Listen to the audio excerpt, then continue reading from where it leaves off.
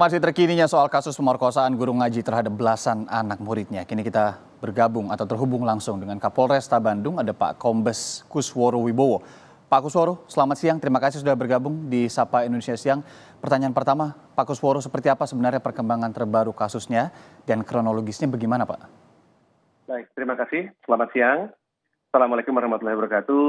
Berkaitan dengan update perkembangan kasusnya, bahwa sampai dengan saat ini kita telah melakukan pemeriksaan terhadap 12 korban persetubuhan. Jadi kami koreksi bahwa bukan perkosaan, tapi memang dari 12 korban ini, satu yang telah dilakukan persetubuhan dengan modus bujuk rayu dari tersangka, sedangkan 11-nya adalah korban pencabulan yang dilakukan oleh tersangka kepada korban dengan modus pada saat salim cium tangan itu dicium keningnya, dicium pipinya, dan juga diraba payudaranya oleh tersangka.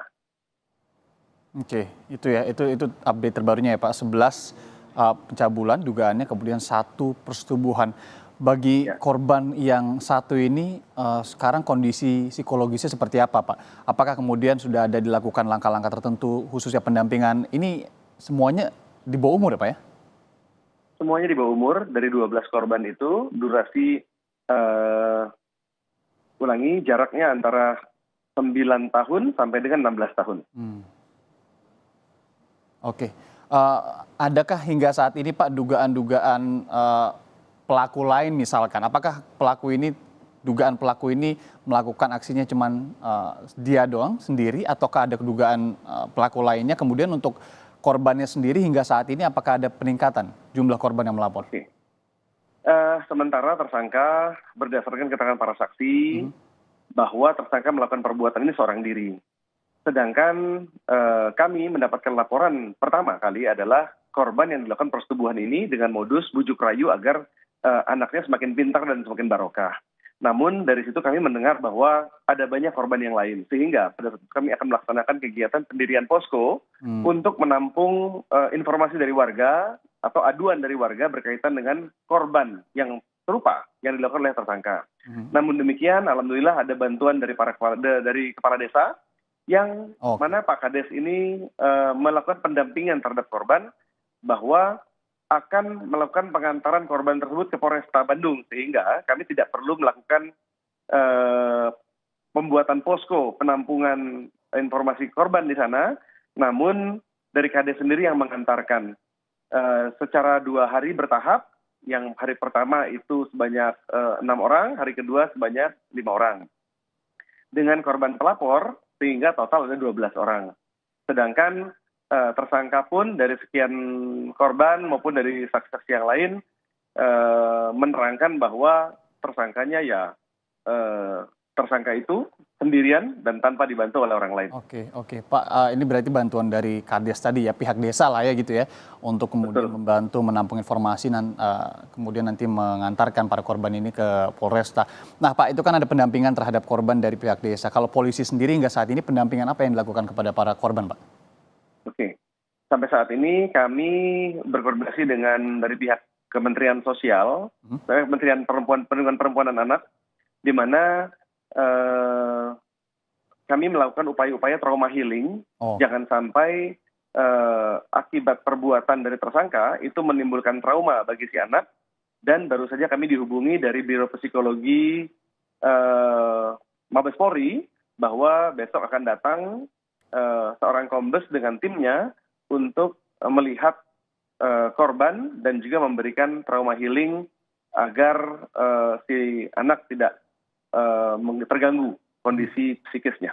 Ketika satu anak tadi yang merupakan korban persetubuhan ini melaporkan ke Polresta, itu dia lapor dulu ke kepala desa atau langsung ke Polresta Pak? Kemudian waktu itu yang melaporkan ini orang tuanya, itu ceritanya gimana ketika akhirnya ingin melaporkan si tersangka ini?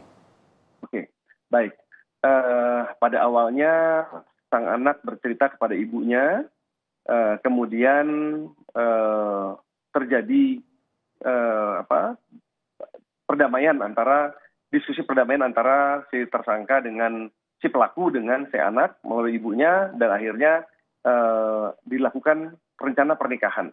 Setelah rencana dilakukan pernikahan, ternyata si ibu mendengar bahwa korbannya tidak hanya putrinya, tapi juga banyak.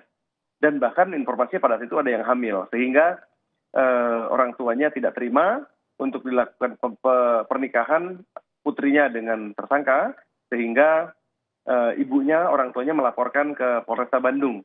Dan atas perbuatannya diproses dan dapatkan informasi bahwa korbannya memang betul lebih dari satu. Hingga saat ini ada 12 korban dan kami tetap membuka bagi siapapun warga masyarakat yang pernah menjadi korban baik persetubuhan ataupun pencabulan yang dilakukan oleh tersangka, maka kami siap untuk melakukan pengambilan data atau pengambilan keterangan, bahkan kami ke kediaman bila perlu. Namun sampai dengan saat ini terbatas sampai di 12 ini saja. Oke, pokoknya polisi siap untuk membantu apakah itu kemudian jemput bola ataupun menunggu di Polresta begitu Pak ya, untuk kemudian mengantisipasi adanya hal-hal ini ke depannya. Nah, terkait dengan antisipasi Pak terakhir, ini kan mau dijelaskan dulu apakah guru ngaji ini memang guru ngaji yang sifatnya sendirian, begitu apa ada institusi yang menaunginya. Nah, kemudian polisi hingga saat ini apa yang akan dilakukan nanti ke depannya terkait dengan hal-hal semacam ini Pak? Apakah kemudian ada imbauan khusus kepada orang tua bila mana ingin dilepaskan untuk belajar, kemudian meskipun itu ngaji ataupun belajar lainnya, ini harus didampingi atau seperti apa Pak? Baik, setiap ada kejadian seperti ini kami selalu melakukan press conference kepada teman-teman media untuk diberitakan kepada warga masyarakat sehingga ini bisa menjadi langkah preemptif dan preventif bagi warga masyarakat untuk tidak menjadi korban kasus yang sama. Di situ kami menyampaikan pada saat press conference agar para orang tua membuka ruang komunikasi kepada anak sehingga anak tidak merasa ada suatu hal aib untuk dilaporkan, untuk diceritakan kepada orang tua. Dan juga orang tua kami harapkan untuk bisa memberikan pemahaman kepada para anak untuk menjaga daerah sensitifnya. Ada daerah-daerah area sensitif yang hanya boleh disentuh mungkin oleh ibunya, sehingga apabila ada orang lain selain ibunya yang berusaha untuk menyentuh atau melakukan perbuatan-perbuatan tidak senonoh, segera untuk melaporkan kalau itu di lingkungan sekolah mungkin kepada kepala sekolah atau kepada guru yang dipercaya atau langsung kepada orang tuanya. Dan ini saya harapkan juga setiap press conference seandainya ada calon tersangka yang akan melakukan perbuatan pelanggaran hukum pidana ini menjadi sebuah langkah preventif pencegahan agar tidak dilakukan karena ancaman hukumannya itu maksimal 15 tahun penjara. Maksimal 15 tahun penjara. Tambahan dikit Pak, ini kalau dia ini seorang guru kayak gini ada tambahan lagi nggak? Betul, ada tambahan sepertiga daripada ancaman hukuman yang ada. Sehingga untuk apabila ini dilakukan oleh tenaga pendidik maka itu maksimalnya bisa 20 tahun penjara. Oke, tentunya semoga informasi ini juga memberikan dampak deterrence begitu ya, menjadi sesuatu yang preventif juga ke depannya bagi mereka calon tersangka yang mungkin berpikiran untuk melakukan hal serupa, apalagi perspektifnya dari tenaga pendidik atau guru begitu ya. Pak Kombes Kusworo Wibowo, Kapolresta Bandung, terima kasih Pak sudah mau bergabung di Sapa Indonesia untuk memberikan informasi. Terima kasih, sehat selalu.